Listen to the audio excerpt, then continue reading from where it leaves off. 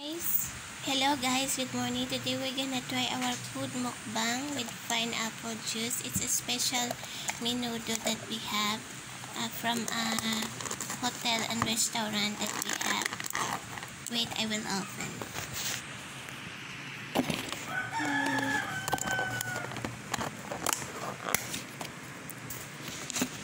Ito na, nabuksan ko na siya. This is how it looks like.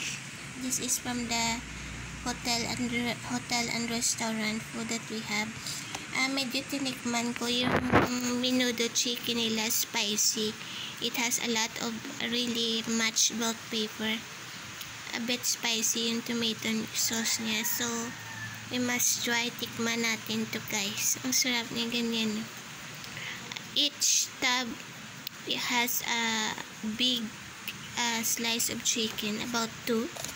And then we have a salad that we have. Salad, and it's salad with rice. And then we have another one also same. So we're gonna try this and this one. Let's see. Excited akong i-try ito. And then we have the pineapple juice. We have more pineapple juice in the fridge.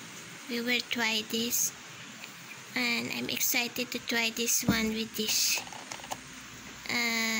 Galing ito sa dito din sa amin sa hotel and restaurant dito sa amin. So let's try this.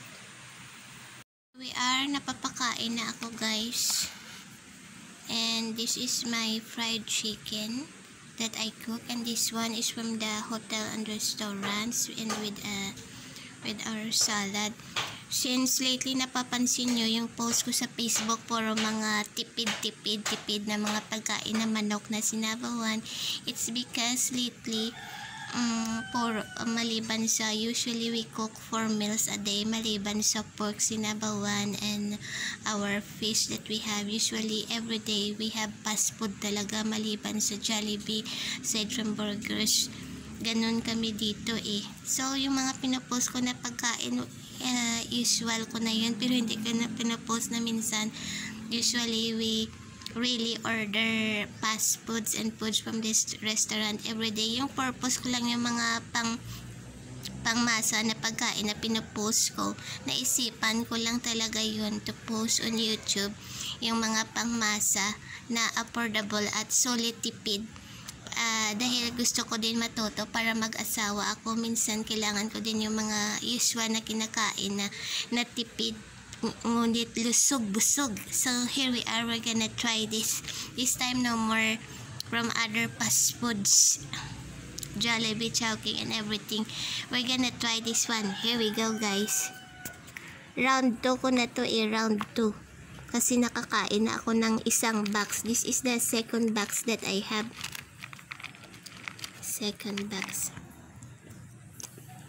And this is my fried chicken and 1 can of my pineapple.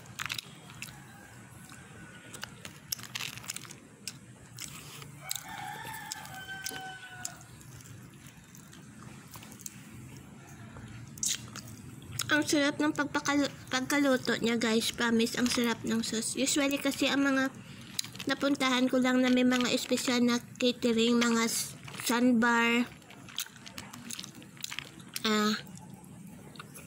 ano pa ba? Garden Hotel. Saan lang ako kumakain at kuminsan sa mga kasama ang friends ko.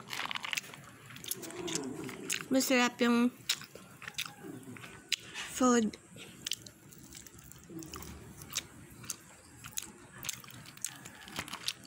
Ang sarap.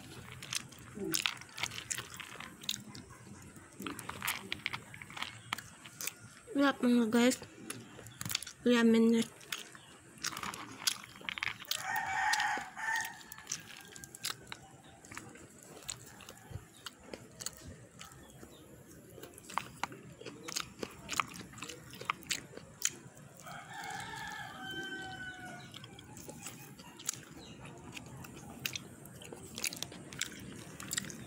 Ang yummy mga guys. Sarap-sarap.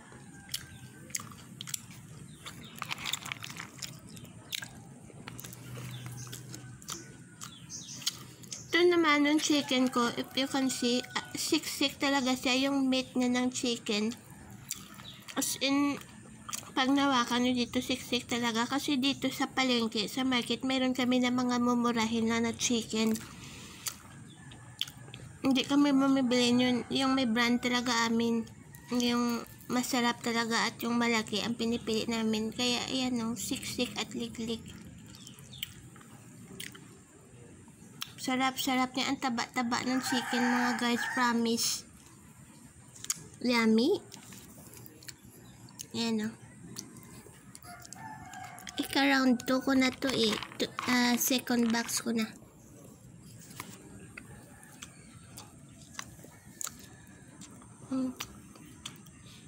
Yumminess mga guys. Yummy.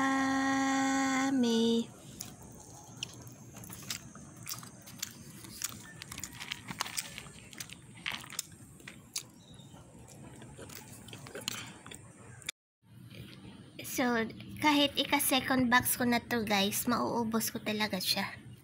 Dahil, favorites ko talaga ito. Mahilig ako sa ganito.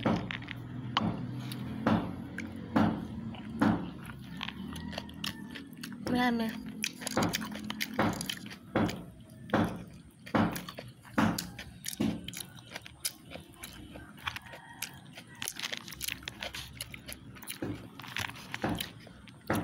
Yummy.